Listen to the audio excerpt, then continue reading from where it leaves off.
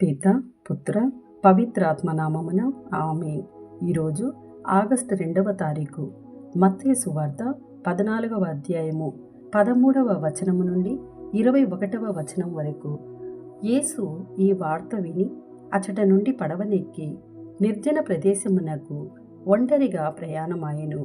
ప్రజలు ఈ వార్త విని తమ పట్టణముల నుండి బయలుదేరి సరస్సు తీరమున కాలినడకన ఆయనను వెంబడించిరి.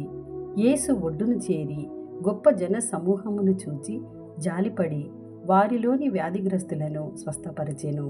సాయం సమయమున శిష్యులు ఆయన సముఖమునకు వచ్చి, ఇది నిర్జన ప్రదేశము, వేళ అతిక్రమించినది, ఇక వారిని పంపివేయుడు, పల్లె పట్టులకు వెళ్ళి వారికి కావలసిన ఆహారమును సమకూర్చుకుందురు అని మనవి చేసిరి.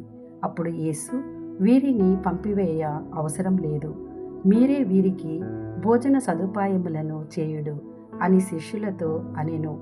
మా వద్ద 5 రొట్టెలు 2 చేపలు తప్ప మరేమీ లేవు అని వారు ప్రత్యుత్తరమిచ్చిరి.